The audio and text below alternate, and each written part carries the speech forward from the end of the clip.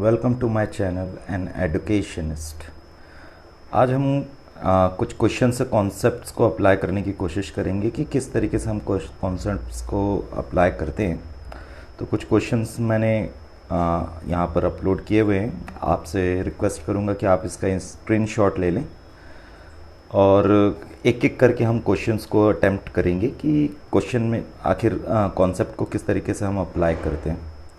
सो बिना time waste करे पहले क्वेश्चन पे आ जाते हैं। पहला क्वेश्चन क्या बोल रहा है, what happens to the gravitational force between two object if the mass of one object is doubled. तो इसे समझने के लिए हम थोड़ा सा आसानी से एक काम कर सकते हैं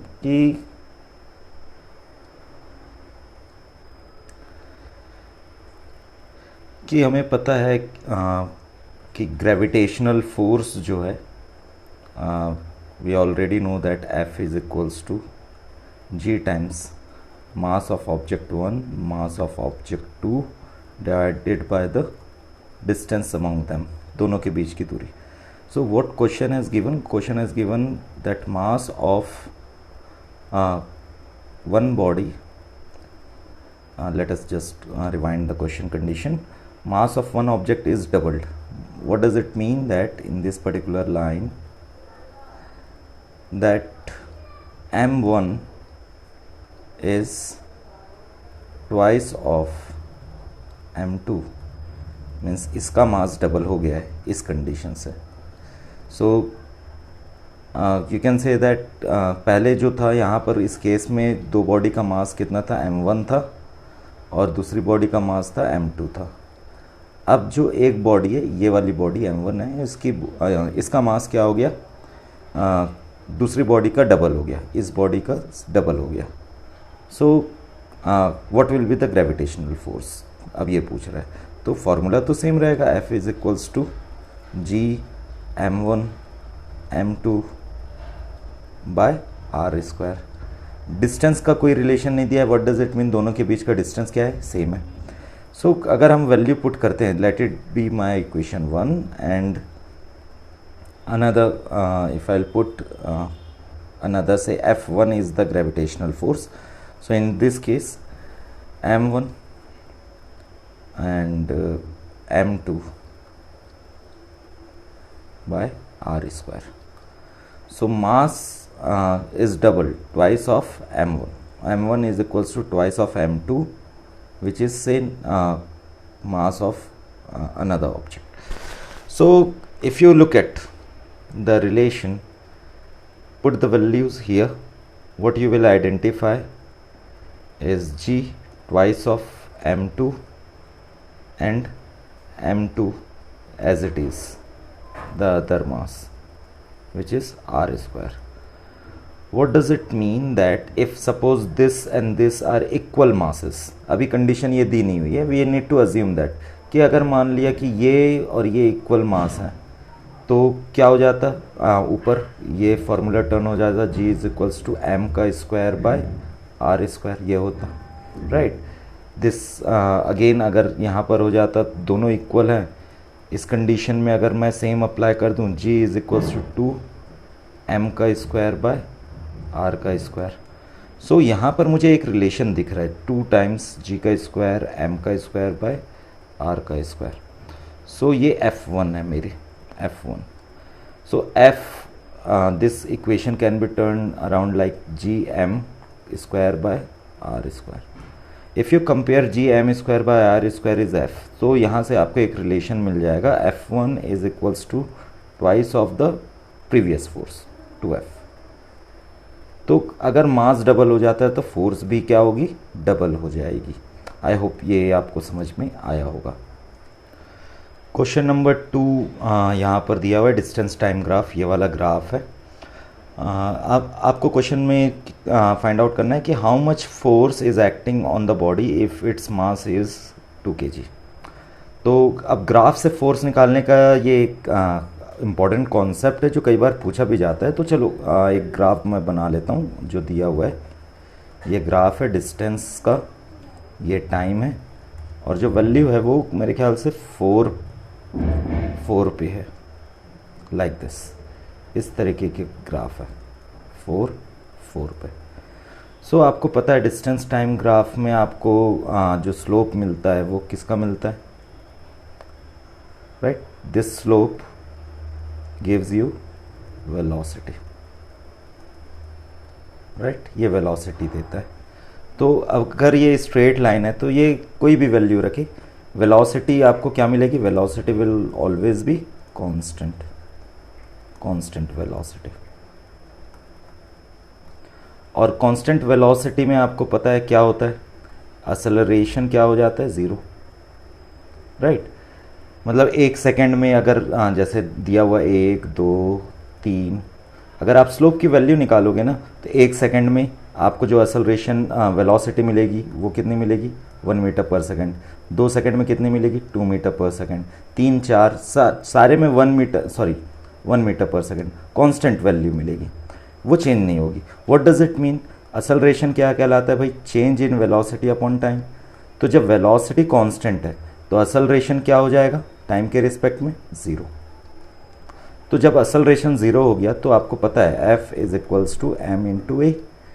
तो ए ज़ीरो मतलब फोर्स जो एक्ट हो रही है वो क्या होगी, ज़ीरो हो जाएगी। सो इस केस में फोर्स क्या हो जाएगा, ज़ीरो, राइट। चलो नेक्स्ट क्वेश्चन चेक कर लेते हैं। आई होप आपको ये सॉल्यूशन समझ में आ रहा होगा।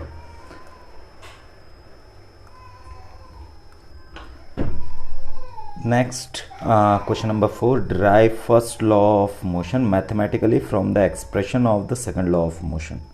चलो सबसे पहले तो मैथमेटिकली अब थोड़ा सा कंफ्यूजिंग क्वेश्चन है, बट अच्छा इसलिए है क्योंकि यहाँ पर आपको कॉन्सेप्ट सीखने को मिलेगा कि किस तरीके से हम वो करते हैं। सबसे पहले फर्स्ट लॉ ऑफ मोशन क्या कहता है, व्हाट इट से, first law, when object is at rest remain at rest until an external force is applied। what does it mean, इसका मतलब अगर मैथमेटिकली निकालूं, अगर फोर्स ज़ीरो है मतलब ऑब्जेक्ट मूव नहीं करेगा, मतलब एक्सेलरेशन प्रोड्यूस नहीं होगा, क्लियर। अगर फोर्स की एक वैल्यू है not zero then acceleration is also going to be not zero. ये फर्स्ट लॉ का मैथमेटिकल एक्सप्रेशन है, राइट, इसका मतलब ये है। तो अगर मुझे सपोज सेकेंड लॉ का जो मैथमेटिकल एक्सप्रेशन है, सेकेंड लॉ क्या कहता है, F is equals to M A. तो इससे प्रीवियस वाले केस में भी हमने देखा, क्या देखा कि कांस्टेंट वेलोसिटी आ गई, एक्सेलरेशन क्या हो गया, ज़ीरो हो गया, तो हमें क्या मिला, फोर्स भी ज़ीरो मिला। मतलब क्या हो गया उस केस में, प्रूफ ये होता है that acceleration produced in the body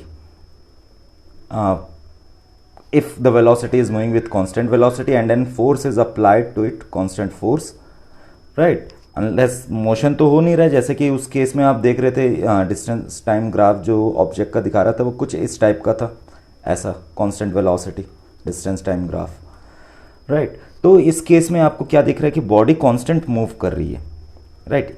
यहाँ से उसने मोशन बिगिन किया और यहाँ तक कि पहुँच गई, सर्टेन डिस्टेंस उसने कवर कर लिया कांस्टेंट रेट पे। तो ये जो फोर्स है, यहाँ पर जो फोर्स लग रही है वो क्या लग रही है, कांस्टेंट लग रही है, राइट। आप कह सकते हो कि यहाँ पर जो वेलोसिटी प्रोड्यूस हुई ऑब्जेक्ट की, इसको ये टर्म को अभी हटा देते हैं कांस्टेंट वाला, वेलोसिटी जो प्रोड्यूस हुई ऑब्जेक्ट में वो कांस्टेंट है, जिसकी वजह से एक्सेलरेशन जो प्रोड्यूस हुआ वो क्या हुआ, ज़ीरो हुआ, जिसकी वजह से फोर्स ज़ीरो हो गया। मतलब फोर्स की वैल्यू ज़ीरो है, राइट, जिसकी वजह से आप ये कंक्लूड कर सकते हो that F is equals to zero when acceleration is zero. So rather second law, यहाँ पर एक इंपॉर्टेंट कॉन्सेप्ट ये आ रहा है, सेकेंड लॉ डिटरमाइन करता है acceleration which relates to the force of an object.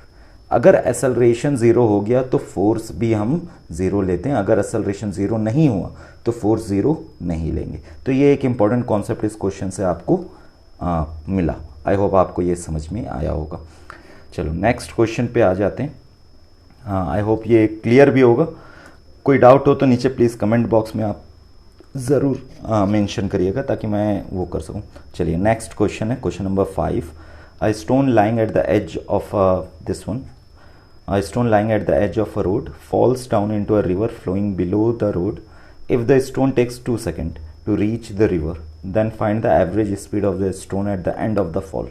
तो सिंपल सा है, फ्री फॉल का क्वेश्चन है, अच्छा क्वेश्चन है क्योंकि यहाँ पर कुछ और नहीं पूछा, यहाँ पर पूछा है दैट टाइम दे दिया है 2 सेकेंड, जी दे दिया है 10 मीटर पर सेकंड स्क्वायर, और एक स्टोन यहाँ से नीचे गिरा रिवर पे, ये रिवर अगर जा रही है सपोज यहाँ पर गिर गया, right.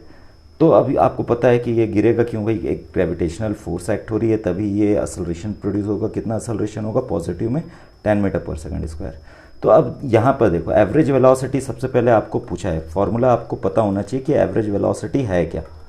Average velocity is u plus v by 2, ये एवरेज वेलोसिटी होती है। फॉर्मूला अगर चैप्टर नंबर 1 मोशन आपने पढ़ा है तो आपको ये पता होगा, that let it be as equation 1। तो यहाँ तो u 0 है, और ये किस वेलोसिटी से एक्ट हो रही है, u इज इक्वल्स टू 0, और ये किस वेलोसिटी से रिवर पे स्ट्राइक कर रही है या गिर रही है, ये हमें फाइंड आउट करना है। अगर ये हम फाइंड आउट कर लिए तो हमारा आंसर सॉल्व हो गया। तो basically we need to find out v which is u plus G T, ये इक्वेशन है। सो u 0 हो गया, g 10 हो गया, और t हो गया 2 सेकेंड, 2 सेकेंड में गिरेगा। So v will be 20 metre per second. पर आंसर यहाँ ख़त्म नहीं हो, हमें क्वेश्चन में पूछा एवरेज वेलोसिटी, तो एवरेज वेलोसिटी क्या होगी, u 0 है, so let it be u as 0। So 0 plus 20 divided by 2, so answer will be v average. V average is equals to 10 meter per second. So I hope you got this particular also. Let us move to another important question. A child drops a coin from a top of the building. मुझे ऐसा नहीं लगता कि same way पे आपको चीज़ें calculate करनी है।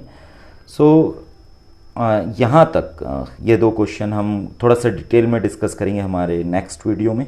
आई होप आपको यहाँ तक की चीज़ें काफ़ी अच्छे से समझ में आई होंगी, क्वेश्चन नंबर 5 तक। और भी क्वेश्चंस हैं जो मैं नेक्स्ट वीडियो में अपलोड करूँगा जैसे जैसे समय मिलेगा। अगर एक रिक्वेस्ट करना चाहूँगा आप सबसे, अभी तक कि अगर आपने सब्सक्राइब नहीं किया है तो प्लीज़ चैनल को सब्सक्राइब ज़रूर करें।